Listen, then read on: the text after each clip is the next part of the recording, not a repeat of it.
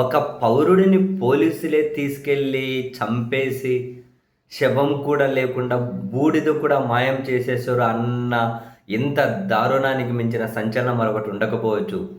కానీ మనందరినీ నివ్వెరపరిచే అంశం ఏంటి అంటే, ఇంత సంచలన విషయంలో ఇన్ని రోజులైనా కనీసం ఒక్కటంటే ఒక్కటి కూడా కీలక పరిణామం చోటు చేసుకోలేదు ఈ విచారణలో.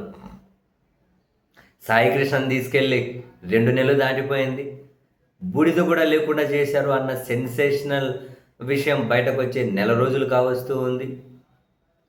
మీకు న్యాయం చేస్తాను అని చెప్పి ముఖ్యమంత్రి గారు వాళ్ళ కుటుంబ సభ్యులను పిలిపించి మాట్లాడి 3 వారాలు దాటిపోయింది. సిట్ అనేది ఒక దాన్ని నియమించి 20 రోజులు దాటిపోతూ ఉంది.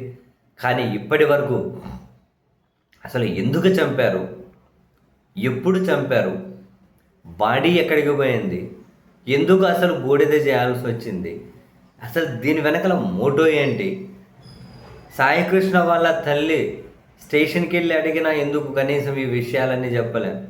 వాళ్ళు అసలు పోలీస్ కమిషనరేట్ దగ్గరికి వెళ్ళి ఆమె ఫిర్యాదు చేసినా వాళ్ళు ఎందుకు సీరియస్గా తీసుకోలే, ఏమైపోయిండు అన్న విషయం మీద వాళ్ళు ఎందుకు దృష్టి పెట్టలే, అసలు ఇంత దారుణంగా ఎందుకు చంపాల్సి వచ్చింది, ఇప్పటివరకు ఈ విషయం ఏమీ తేలాలే. అసలు ఆశ్చర్యం అనిపిస్తుంది. కానీ ఇప్పుడు 4 ఐపీఎస్ అధికారులతోటి సిట్టట వాళ్ళు నియమించిన దగ్గర నుంచి వాళ్ళు నియమించిన 5 రోజుల తర్వాత సిఐ నాగరాజుని అరెస్ట్ చేశారు. అదొకటే వాళ్ళు చేసిన అరెస్టు. మరో 2 పోలీసులు లొంగిపోయారు. లొంగిపోయిన పోలీసులు చెప్పిన కాకమ్మ కథలు ఇంకా హైలైట్. వాళ్ళ దగ్గర డబ్బు లేదట, అందుకని ఫోన్లు ఉంటాయి కదా, ఫోన్లు నాగపూర్కి వెళ్ళి అమ్ముకొని వచ్చారట. ఇది ఇంకా అసలు మామూలు హైలైట్ కాదు. వేల ఖర్చు పెట్టి నాగపూర్కి వెళ్ళి ఫోన్లు అమ్ముకొని వచ్చారు డబ్బులు లేక వాళ్ళ దగ్గర. ఇటువంటివి తీరా న్యాయస్థానాలు ఎక్కడైనా కనుక ఇన్వాల్వ్ అవుతాయి. ఇంత సీరియస్ విషయాన్ని థర్డ్ పార్టీతో విచారణ జరిపించాలని చెప్పి పిటిషన్లు కూడా పడ్డాయి. సిబిఐతో విచారణ జరిపించాలి అని అంటే పౌరుని పోలీసులు కొట్టి చంపేసి బుడిద కూడా మాయం చేశారని అంత సీరియస్ కేసు.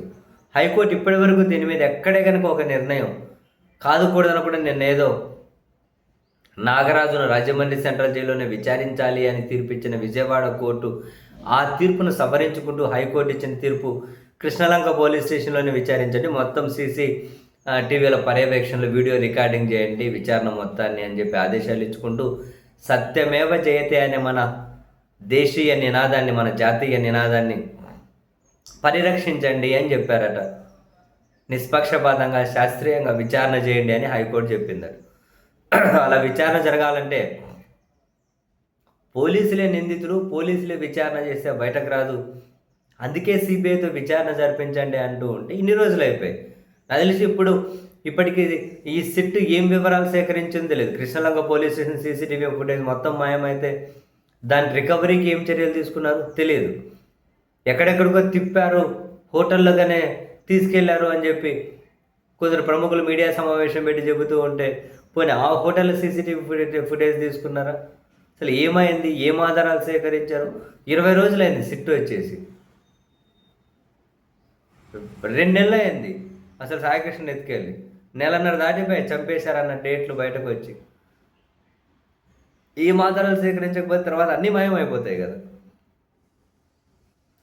ఇక సత్యమేవ జయతే, అక్కడ సత్యమేవ జయతే అనే నినాదాన్ని పోలీసులు కాపాడలేరా అన్న విమర్శలకు సమాధానాలు ఎక్కడ?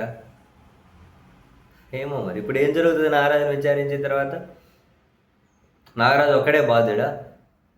మరి నాగరాజు ఒకటి ఇంత చేస్తుంటే పైన ఉన్న వాళ్ళకి ఎవరికి తెలియలేదా? ఎవరికి తెలియకపోతే ఇంక పైన వ్యవస్థలు ఎందుకు, సిస్టమ్ ఎందుకు, పైన అధికారులు ఎందుకు? ఏమో మరి.